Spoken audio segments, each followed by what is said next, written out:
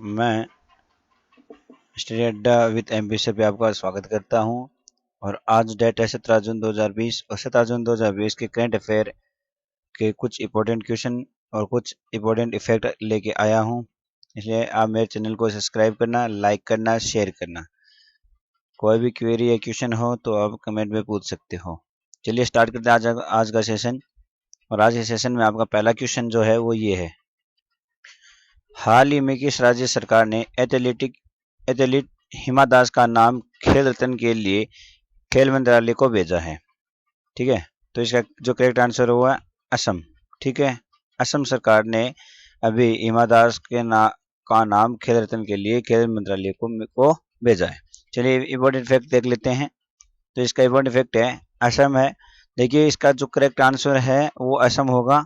और इसमें फैक्ट क्या है कि साल 2018 में शानदार प्रदर्शन करने वाली देश की शीर्ष फर्राटा दाविका हिमा दास के नाम की असम सरकार ने खेल रत्न पुरस्कार के लिए सिफारिश की है।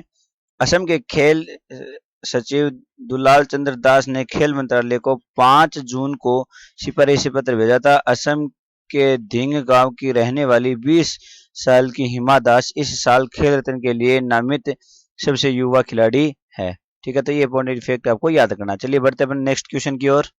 और अपना जो नेक्स्ट क्वेश्चन है वो ये है, चुनाव आयोग ने बिहार विधान परिषद की रिक्त हो रही कितनी सीटों पर 6 जुलाई 2020 को चुनाव कराने की घोषणा की है? ठीक है, तो इसका जो करेक्ट आंसर है वो है ऑप्शन सी, 9 सीटों पे अभी बिहार में चुनाव होने वाले हैं, वो 6 जुलाई को होने वाले हैं। ठीक है, चलिए इसके इंपॉर्टेंट फैक्ट अपन देखते हैं कि भारतीय निर्वाचन आयोग ने हाल ही में बिहार विधान परिषद की खाली हुई 9 सीटों के लिए चुनाव का कार्यक्रम घोषित किया है। 6 जुलाई को विधान परिषद की 9 सीटों के लिए चुनाव होंगे। चुनाव आयोग की तरफ से घोषित कार्यक्रम के मुताबिक 18 जून 2020 को नोटिफिकेशन जारी हो जाएगी। बिहार में विधान सभा कोटे से विधान परिषद की जिन 9 सीटों का चुनाव है, इनमें से 3 जेडीयू, 2 बीजेपी, 3 आरजेडी और 1 कांग्रेस के हिस्से में जाएंगी। ठीक है, ये कुछ इफेक्ट के बारे में बताया गया। चलिए बढ़ते हैं अपने नेक्स्ट क्वेश्चन की ओर। नेशनल एंटी डोपिंग एजेंसी नाडा ने अपने रहने के स्थान की जानकारी न देने के कारण इनमें से कितने भारतीय क्रिकेटरों को नोटिस जारी किया है? ठीक है, आपको बताना है कि नेशनल एंटी डोपिंग एजेंसी नाडा ने अपने रहने के स्थान की जानकारी न देने के कारण निम्न में से कितने भारतीय क्रिकेटरों को नोटिस जारी किया है? तो वो सही आंसर इसका है 5 भारतीय क्रिकेटरों को अभी नोटिस जारी किया है। चलिए इसके मुख्य इफेक्ट क्या है?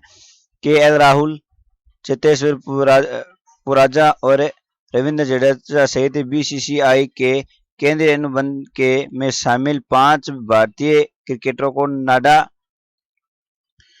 की ओर से नोटिस जारी किया गया है। इन खिलाड़ियों में महिला क्रिकेट टीम की खिलाड़ी स्मृति मंदाना और दीप्ति शर्मा भी शामिल हैं।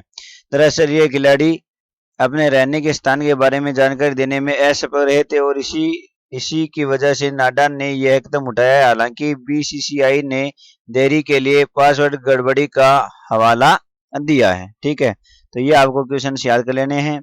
KL राहुल, चेतेश्वर पुजारा और रविंद्र जडेजा। इसके साथ ही आपके महिला क्रिकेटर कौन कौन सी हैं? स्मृति मंदाना और दीप्ति शर्मा। ठीक है, तो बढ़िया। अपने नेक्स्ट अपना अगला जो क्वेश्चन है वो क्या है, हिमालय में हाल ही में केंद्र सरकार ने किस नाम से health care supply chain portal launch किया है? आपको बताना है हाल ही में केंद्र सरकार ने किस नाम से health care supply chain portal launch किया है? तो इसका जो करेक्ट आंसर है वो है आरोग्य पथ के नाम से। ठीक है, क्या सही करेक्ट आंसर है? आरोग्य पथ। चलिए इसके मुख्य इफेक्ट देख लेते हैं अपन। CSIR ने national health care supply chain portal launch किया है। किसने लॉन्च किया है? CSIR, जिसे आरोग्य पथ का नाम दिया गया है। इसका मुख्य उद्देश्य वास्तविक समय पर महत्वपूर्ण स्वास्थ्य आपूर्ति की उपलब्धता प्रदान करना है। यह आरोग्य पथ निर्माताओं, आपूर्तिकर्ताओं और ग्राहकों की मदद करेगा। स्वास्थ्य देखभाल संबंधी सामानों की एक ही जगह उपलब्धता प्रदान कराने वाला यह एकीकृत सार्वजनिक मंच ग्राहकों को रोज महसूस किए जाने वाले कई मुद्दों से निपटने में मददगार साबित हो सकता है। ठीक है, बढ़ते हैं अपने अगले क्वेश्चन की ओर। अगला क्वेश्चन है, फिलीपींस में भारत के अगले राजदूत निम्न में से किसे नियुक्त किया गया है? ठीक है, तो इसका जो सही आंसर हुआ है शंभू एस कुमारन को। ठीक है, इसका जो करेक्ट आंसर होगा वो क्या होगा? शंभू एस कुमारन को। ठीक है, चलिए मोस्ट इफेक्ट इसके बारे में जुड़े हुए हैं वो देख लेते हैं। शुभ एस कुमारन इसका करेक्ट आंसर था। तो इसके अंदर क्या कहा है?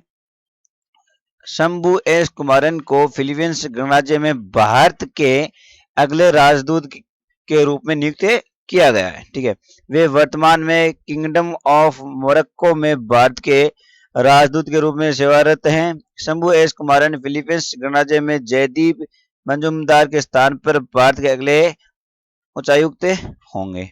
ठीक है, किसकी जगह आएंगे ये आएंगे जयदीप मंजुमदार की जगह। ठीक है, चलिए बढ़ते हैं अपना आज का नेक्स्ट क्वेश्चन की ओर। अगला जो क्वेश्चन है, निम्न में से किस शहर के रेलवे स्टेशन ने रोबोट कैप्टन अर्जुन लॉन्च किया है? ठीक है, रोबोट कैप्टन अर्जुन लॉन्च किया है। तो इसका जो करेक्ट आंसर वो है option B, Pune railway station. ठीक है, पुणे रेलवे स्टेशन इसका जो है वो करेक्ट आंसर होगा।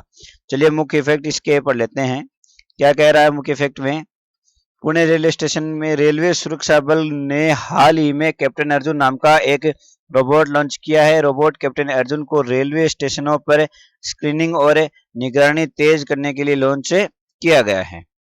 इसे सेंट्रल रेलवे के तहत संचालित रेलवे सुरक्षा बल द्वारा लॉन्च किया गया है। विज्ञप्ति में कहा गया है कि अगर यात्री के शरीर सामान्य से अधिक है तो यह रोबोट अलार्म बजा देता है। यह ध्वनि और वीडियो के जरिए संवाद करता है। बिल्कुल करेक्ट है। चलिए आपको समझ में आ गया होगा। चलिए बढ़ते हैं अपने अगले क्वेश्चन की ओर। हमारा अगला जो क्वेश्चन है वो है, निम्न में से किस देश के क्रिकेट टीम के दिग्गज बल्लेबाज मैट पुरे का हाल ही में 90 साल की उम्र में निधन हो गया है? आपको बताना है किस देश के क्रिकेट टीम के दिग्गज बल्लेबाज जिनका नाम था मैट पुरे। ठीक है, इनका 90 साल की उम्र में अभी निधन हुआ है। तो इसका जो करेक्ट आंसर है वो है न्यूजीलैंड के। ठीक है, न्यूजीलैंड के खिलाड़ी थे मैट पुरे। चलिए पढ़ लेते हैं इनके बारे में थोड़ा सा डिटेल। तो इसमें क्या कहा है, न्यूजीलैंड क्रिकेट टीम के बल्लेबाज मैट पुरे का हाल ही में निधन हो गया है। मैट पुरे 90 साल के थे। मैट ने न्यूजीलैंड टीम के लिए 14 टेस्ट मैच खेले थे और 335 रन बनाए थे। साल 1953 से 1959 के बीच खेलने वाले मैट ने 9 विकेट भी लिए थे। मैट पुरे ने मार्च 1953 में डेब्यू मैच की पहली पारी में 45 रन और दूसरी पारी में नाबाद 8 रन बनाए थे। यह मैच ड्रॉ रहा था, लेकिन पहले ही मैच में मैट पुरे ने छाप छोड़ दी थी। ठीक है, तो बढ़ते हैं अगले क्वेश्चन की ओर। अपना अगला क्वेश्चन है, किस आईआईटी संस्थान के शोधकर्ताओं ने सार्वजनिक स्थानों पर सामाजिक दूरियां की निगरानी हेतु एक आर्टिफिशियल इंटेलिजेंस आधारित साइबर फिजिकल प्रणाली विकसित की है? ठीक है, तो इसका जो करेक्ट आंसर हुआ है आईआईटी खड़गपुर। आईआईटी खड़गपुर के स्टूडेंट्स ने, संस्थान के शोधकर्ताओं ने ही अभी क्या किया है, सार्वजनिक स्थानों पर सामाजिक दूरियां की निगरानी हेतु आर्टिफिशियल इंटेलिजेंस आधारित साइबर फिजिकल प्रणाली विकसित की है। चलिए मुख्य इफेक्ट क्या है इसके बारे में। तो इसमें कहा है, आईआईटी खड़गपुर के शोधकर्ताओं ने सार्वजनिक स्थानों पर सामाजिक दूरियों की निगरानी के लिए एक आर्टिफिशियल इंटेलिजेंस आधारित साइबर फिजिकल प्रणाली विकसित की है। आईआईटी शोधकर्ताओं द्वारा विकसित डिवाइस सामाजिक दूरी मानदंडों का उल्लंघन होने पर अलर्ट करेगी। संस्था के शोधकर्ताओं ने सस्ती और आसानी से सुलभ हार्डवेयर सामग्री का उपयोग करके डिवाइस को डिजाइन किया है। ठीक है, तो चलिए बढ़ते हैं अपने अगले क्वेश्चन की ओर। अगला क्वेश्चन है, विश्व बुजुर्ग दुर्व्यवहार रोकथाम जागरूकता दिवस जिनमें से किस दिन मनाया जाता है? ठीक है, तो इसका जो करेक्ट आंसर है वो है 15 जून को मनाया जाता है। ये कब मनाया जाता है? ये 15 जून को। चलिए इसके मुख्य इफेक्ट के बारे में पढ़ लेते हैं अपन। विश्व बुजुर्ग दुर्व्यवहार जागरूकता दिवस प्रतिवर्ष 15 जून को मनाया जाता है।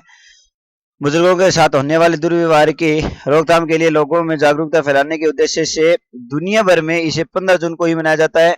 संयुक्त राष्ट्र ने इस दिन के आयोजन की शुरुआत की थी। जैसे जैसे दुनिया में बुजुर्गों की आबादी बढ़ रही है, वैसे वैसे उनके साथ दुर्व्यवहार की घटना भी बढ़ती रही है। इस कारण 15 जून को क्या है, बुजुर्ग दुर्व्यवहार जागरूकता दिवस से मनाया जाता है।